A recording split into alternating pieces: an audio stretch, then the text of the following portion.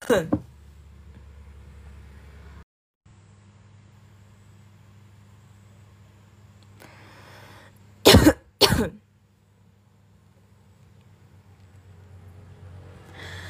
teman-teman semua, kembali lagi dengan aku di live kali ini ya. Udah lama banget nggak live, kayaknya tuh sekitar 2 minggu ya. Karena tuh aku juga mau kasih tahu teman-teman kenapa aku kayak jarang banget live ya. Kemudian tuh up YouTube juga jarang. Banyak banget yang DM aku, kenapa jarang banget muncul lagi di live teman-teman. Aku tuh lagi persiapan akreditas kemarin ya, jadi makanya sibuknya aku tuh jadi kayak terbagi gitu waktunya teman-teman, jadi kayak nggak punya waktu buat live upload kayak gitu ya. Jadi sekarang udah selesai akrenya ya, maka aku kembali live lagi nih kayak gitu. Nah ini teman-teman yang baru hadir itu sekitar 19 orang ya. Boleh juga sambil menunggu yang lain, kalian boleh di tap-tap dulu layarnya dan juga di share ke semua sosial media yang kalian punya ya, supaya mereka bisa belajar bareng aku. Oke. Seperti biasa teman-teman bakal ada 5 soal ya terkait kebidanan, tapi malam ini tuh kayaknya bakalan soalnya lebih ke bagian operasi ya teman-teman ya. Nah, operasi sendiri itu ada di kisi-kisi tahun lalu ya, kemungkinan tahun ini keluar juga. Tapi kalau operasi itu lebih ke D4. Nah, tapi teman-teman D3 itu nggak apa-apa ya, dipelajari aja, siapa tahu nanti keluar ya teman-teman. Nah, jadi silakan dibaca dulu nih untuk soal nomor 1-nya. Oke, soal nomor 1 silakan dibaca teman-teman. Oh ya, sebelum ngerjain soal, kalian boleh sediain dulu kertas kecil-kecilnya atau kertas buram gitu untuk menghitung berapa benar dan salah kalian, teman-teman. Oke, di bawah ini termasuk ke dalam tahapan intraoperatif ialah kecuali. Nah, kira-kira yang mana nih yang termasuk ke dalam tahapan intraoperatif? Intraoperatif tuh apa sih? Dia tuh ada preoperatif ya, kemudian ada intraoperatif, kemudian ada post operatif. Nah, kalau intraoperatif itu mulai dari mana, teman-teman? Mulai dari meja bedah ya, teman-teman ya, di dalam kamar operasi. Nah, jadi yang termasuk tahapan di dalam kamar operasi itu apa aja? Kecuali, nah, yang A, pemasangan IV kateter ya. IV kateter tuh maksudnya infus ya, aboket, teman-teman. Kak, kok susah sekali ya masuk TO-nya. Kak Yusnani, kalau misalnya TO-nya, link TO-nya itu diklik nggak keluar ya, Kak Yusnani coba di ini aja, di copy linknya ke Chrome ataupun ke Google ya. Kemudian nanti kalau nggak salah itu ada masukin email ya. Jadi silakan masukin emailnya dan kata sandinya masing-masing. Oke, itu kalau diminta email dan kata sandinya itu kata sandi email kakaknya ya, supaya bisa akses Google Form-nya seperti itu. Nah, kira-kira mana nih untuk soal nomor 1? Yang A, pemasangan IV kateter ya. Yang B, pemberian medikasi intravena. C, permintaan informed consent. Kemudian yang D, pemantauan kondisi fisiologis menyeluruh. E, menjaga keselamatan pasien. Nah, jadi ya kalau udah masuk ke tahapan intraoperatif itu artinya pasien udah setuju untuk dilakukan operasi, teman-teman ya. Nah, maka yang tidak termasuk itu adalah yang mana, teman-teman? Yang mana? Oke, Kak Yusnani. Yang mana nih kira-kira, teman-teman? Ini yang ditanya kecuali ya, berarti yang salah atau yang tidak termasuk. Nah, itu jawabannya adalah yang C, permintaan informed consent. Nah, jadi permintaan informed consent itu jatuhnya di tahapan apa? Saat mau operasi, teman-teman. Dia untuk informed consent itu tahapan apa? Dia tuh ada pre-operatif, kemudian ada intraoperasi, kemudian ada post-operatif. Nah, jadi untuk informed consent itu masuk ke dalam pre ya, teman-teman ya. Kayaknya ini semua udah tahu lah ya, pre-operatif kayak gitu. Kenapa? Karena setiap operasi atau tindakan kedokteran itu pasti adanya informed consent ya sebelum dilakukan pembedahan, teman-teman ya, ataupun tindakan kedokteran lainnya seperti itu. Maka jawabannya adalah untuk soal nomor 1, jawabannya adalah yang C. Oke, lanjut ya ke soal nomor 2. Kak minta materinya, Kak. Materi apa, Kakak Junaidah? Lanjut ya ke soal nomor 2. Di bawah ini tujuan tindakan post operatif kecuali. Oke. Kira-kira yang mana nih, teman-teman? Dan juga ya buat teman-teman yang misalnya lagi persiapan CPNS ya, mungkin di sini teman-temannya ataupun saudaranya itu ada persiapan CPNS, aku punya buku untuk rekomendasi persiapan CPNS ya, itu ada di keranjang kuning teman-teman ya, silakan dicek-cek aja, kalau misalnya kalian berminat silakan diorder teman-teman. Dan yang di keranjang kuning aku itu khusus untuk buku CPNS, tapi kalau untuk P3K silakan ditonton sampai akhir, nanti aku kasih tahu gimana cara dapetin ebook P3K ya. Oke, soal nomor 2 di bawah ini tujuan tindakan post operatif kecuali. Nah, yang tidak termasuk teman-teman. Yang A itu mengawasi kemajuan pasien sewaktu masa pulih. Ya, kemudian yang B itu memberikan pemahaman tentang prosedur yang akan dilakukan. C mencegah dan segera mengatasi komplikasi yang terjadi. Sedangkan yang D menilai kesadaran dan fungsi vital tubuh pasien.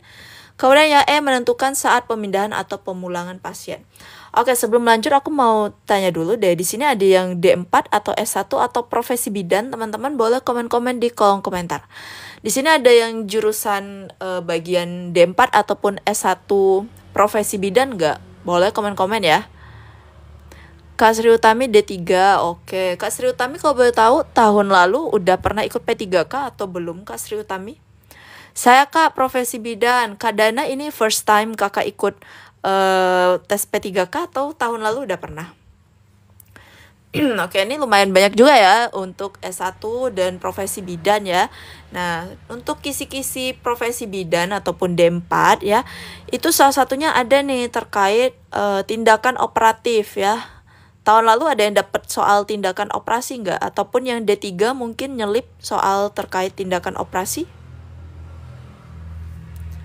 Baru kali ini mau tes P3K, oke, udah pernah tahun kemarin P3K, saya Kak D4 bidan. Oke teman-teman, ada yang dapat soal terkait tindakan operatif nggak? Nggak ada ya? Kalau misalnya kalian pernah dapat, ya komen-komen di kolom komentar ya, biar aku tahu nih seberapa banyak soal tindakan operatif yang kalian dapetin. Enggak Kak, oke, Kak Nina itu D3 atau D4? Kak Yusnani, Kak makin dekat buka P3K makin deg-degan. Doakan ya Kak, semoga kami lulus ya Kak penuh waktu tahun ini. Oke, pokoknya semangat terus buat Kak Yusnani dan teman-teman ya yang lagi persiapan P3K. Ya aku doain kalian semoga lulus semua ya. Dan semoga juga soalnya gampang. Dan buat teman-teman yang gimana udah pada ikut tryout dari grup Telegram belum? Gimana soalnya teman-teman? Susah atau senang? Menurut aku kayaknya nggak terlalu susah lah ya. Mungkin susahnya itu kayak ada undang-undang, kemudian ada kayak teori sedikit ya teman-teman ya.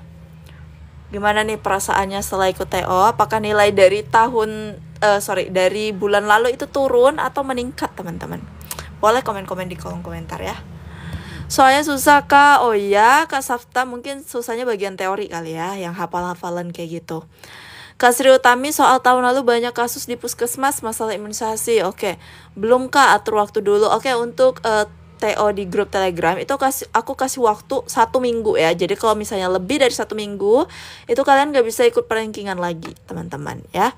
Alhamdulillah meningkat nilainya Kak. Oke, keren Kak Arfa. Kau boleh tahu Kak Arfa nilainya berapa Kak Arfa? Saya turun Kak. Semangat terus Kak Junaida. Jangan patah semangat ya walaupun nilainya turun. Jadiin motivasi tuh, berarti apalagi ini harus diperbaiki supaya nanti waktu ujian hasilnya maksimal. Oke lanjut ya, intermezzonya udah terlalu lama nih kayaknya, kita lanjut lagi. Nah, yang kecuali yang bukan termasuk post operatif itu adalah yang mana teman-teman? Yang B, memberikan pemahaman tentang prosedur yang akan dilakukan.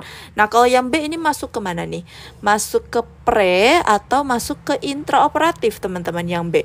Nah, kalau untuk post operatif ya, tujuan tindakannya itu adalah yang A benar, yang C benar, D benar, E benar. Nah, kira-kira yang B itu masuk ke pre atau ke intra, teman-teman? Pre lah ya, karena kan sebelum dilakukan tindakan pembedahan itu pasti waktu inform consent ya. Waktu inform consent itu harus dijelaskan oleh dokter ataupun perawat ke keluarga pasien, tahap-tahapannya bagaimana, prosedurnya bagaimana, resikonya bagaimana, efek sampingnya bagaimana, seperti itu ya teman-teman. Jadi untuk soal nomor 2 jawabannya adalah yang B. Lanjut next ke soal nomor 3. Oke, soal nomor 3 lanjut. Di bawah ini yang termasuk ke dalam tahapan post-operatif. Nah, ini yang ditanyakan tahapan. Kalau tadi itu tujuan ya, teman-teman ya, diingat-ingat soalnya. Kalau yang nomor 2 tadi tujuan, yang sekarang nomor 3 adalah tahapan. Kak, kira-kira persyaratan P3K umum minimal pengalaman kerjanya 2 tahun bener nggak, Kak? Tolong infonya, Kak. Untuk P3K umum, apakah ada ininya, formasinya, teman-teman? Setahu aku ya, bukan buat matahin semangat kalian, enggak. Tapi setahu aku ya, untuk tahun ini P3K dibuka untuk jalur khusus. Untuk jalur umum kayaknya nggak dibuka, teman-teman. Ya. Gitu. Jadi walaupun misalnya teman-teman yang pengen banget ikut P3K tapi nggak bisa yang ikut jalur khusus, bisanya cuma umum, aku saranin coba ikut tes CPNS aja kayak gitu ya. Karena kalau tes CPNS itu bisa untuk umum, bisa untuk yang udah kerja di pemerintahan ataupun yang belum ya, buat fresh graduate juga boleh kayak gitu. Lanjut untuk soal nomor 3, tahapan post operasi itu kira-kira yang mana nih? Yang A, memberikan penjelasan prosedur pembedahan. Nah, ini tadi tuh di bagian pre ya, preoperatif. Kemudian pemberian medikasi intravena ini di dalam ruang atau kamar operasi, yaitu bagian intraoperatif. Kemudian permintaan inform consent ini masuk ke pre. Pengkajian riwayat pasien. Nah, pengkajian riwayat pasien masuk mana, teman-teman? Pre atau intra? Nah, kira-kira pengkajian riwayat pasien masuk ke pre atau intra, teman-teman? Pre ya, perlu dikaji dulu nih pasiennya. Sebelum dioperasi perlu dikaji dulu. Ada riwayat sakit apa ya, kemudian apakah ada tensi dan lain sebagainya ya, teman-teman. Seperti itu. Nah, kemudian yang E, perawatan lanjutan terkait rehabilitasi pasien. Nah, tahapan pada post operasi yang benar itu adalah yang E, perawatan lanjutan ya, terkait pemulihan pasien. Seperti itu. Jadi untuk soal nomor 3, jawabannya adalah yang E. Ya, kecewa banget ya.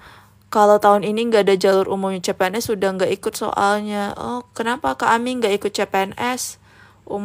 Apakah terkendala umur Kak Ami? Lanjut ya guys, soal nomor 4. Ya, saran aku ya buat teman-teman yang mau ikut P3K tapi nggak ada formasi umum, aku saranin ikut CPNS aja gitu. Dan kalau misalnya emang sih CPNS itu jalur umum ya teman-teman, bisa diikuti sama semua orang seperti itu. Tapi ya setidaknya cobalah dulu di CPNS, karena kalau di P3K takutnya nanti kalau misalnya kalian ngotot tetap pengen ikut ke P3K, takutnya kalian ditolak tuh bagian administrasinya nanti gitu ya, karena dibukanya hanya jalur khusus aja. Oke, lanjut ke soal nomor 4 teman-teman ya. Peran bidan dalam fase preoperatif kecuali. Apa nih peran bidan teman-teman? Peran bidan dalam fase preoperatif. Yang A, membantu pasien mengetahui tentang tindakan-tindakan yang dialami pasien sebelum operasi. Nah, jadi di sini ya bidan berkewajiban juga ya, berperan juga untuk memberitahukan nih prosedur, tahap-tahapan operasi ya, bagaimana efek sampingnya dan lain sebagainya, teman-teman ya. Jadi yang A ini benar. Kemudian yang B, memberikan penjelasan terlebih dahulu sebelum setiap tindakan persiapan operasi sesuai dengan tingkat perkembangan. Nah, yang B ini juga benar ya, sebelum dimasukkan ke dalam kamar operasi ataupun dimulai operasinya, tindakan pembedahan, itu kita perlu kasih penjelasan dulu nih setiap tindakan dan persiapannya apa aja, teman-teman. Gitu ya. Untuk yang B itu benar. Kemudian yang C, memberi kesempatan pada pasien dan keluarganya untuk menanyakan tentang segala prosedur yang ada. Nah, yang C ini juga benar ya. Ini evaluasi dari hasil edukasi kita ke pasien, teman-teman. Kita tanyakan kembali apakah ada yang ingin ditanyakan kembali, seperti itu. Takutnya nanti pasiennya ada kurang ngerti ya. Kayak gitu. Jadi kemudian yang D, kolaborasi dengan dokter nih terkait pemberian obat premedikasi seperti Valium dan diazepam tablet sebelum pasien tidur. Oke teman-teman ya, jadi kan di sini ada kata-kata kolaborasi dengan dokter. Artinya kita konsultasi dengan dokter, bukan artinya kita memandai-mandai masukin obat ya. Tapi di situ kita collab sama dokter ya. Jadi di situ pasti obat yang kita berikan itu saran dari dokter juga, bukan semata-mata emang kita sendiri yang ngide ya teman-teman ya. Jadi yang D itu benar.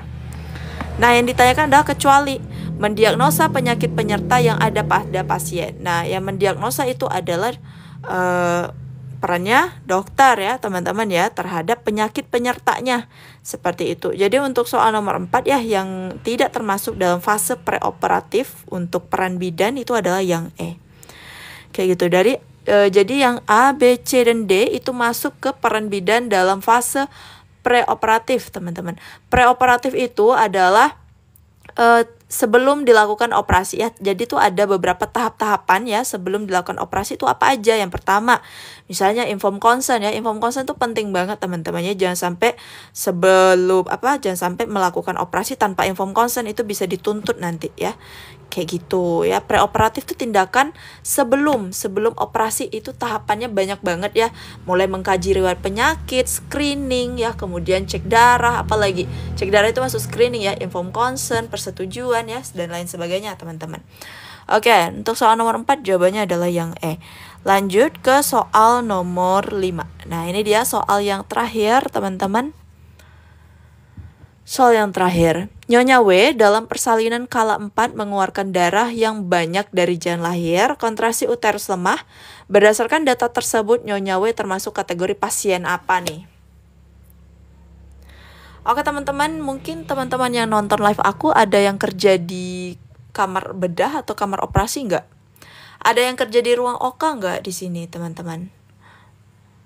Apa harus terdata di database Kak baru bisa ikut P3K Kak?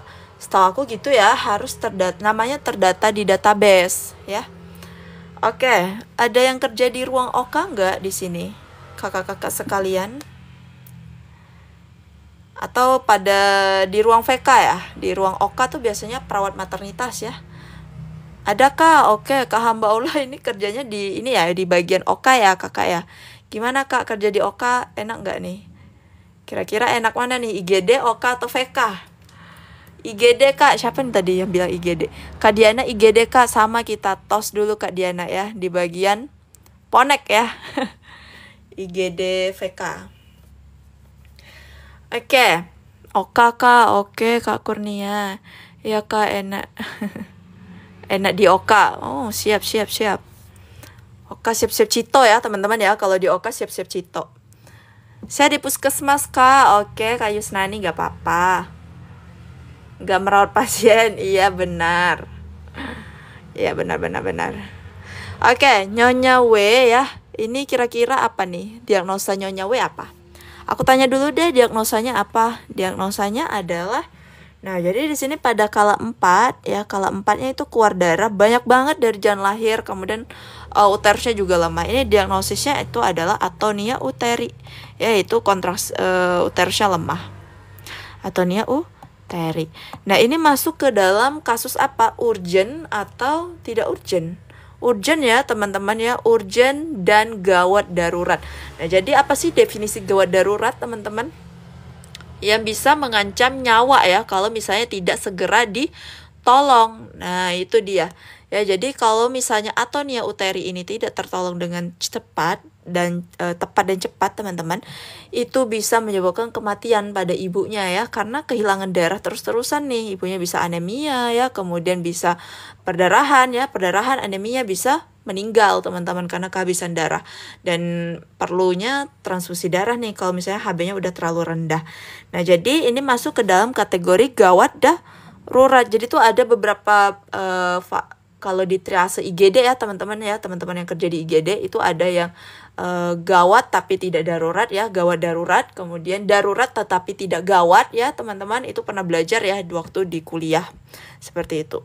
Nah, tadi tuh perlunya kita paham triase. Jadi kita bisa tahu nih kira-kira pasiennya siapa dulu nih yang dialihkan nih. Misalnya datang 5 pasien ke IGD, terus sama-sama punya keluhan yang berbeda-beda. Pasti kita bingung dong ya kalau nggak hafal triase. Bingung nih mana dulu yang harus ditangani kayak gitu. Harusnya yang ditangani dulu itu adalah pasien-pasien dengan urgent dan gawat darurat kalau misalnya tidak segera ditolong teman-teman ya, seperti itu. Iya Kak, triase. Iya, jadi untuk soal nomor 5 jawabannya adalah yang C. Ada yang benar semua nggak dari 5 soal ini? Ada yang benar semua?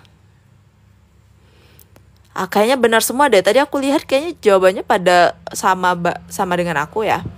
Alhamdulillah salah satu Kak. Oke Kak Junaida, semangat. Oke teman-teman, kayaknya segitu aja deh live dari aku. Sampai jumpa lagi besok ya. Kayaknya udah cukup 5 soal aja. Sampai jumpa di besok ya. Besok kayaknya live lagi deh, tapi tergantung mood aku. Kalau misalnya live, aku live. Nanti bakal aku informasikan lagi di grup Telegram. Oke teman-teman, segitu aja dari aku. Sampai jumpa di lain waktu. Bye bye.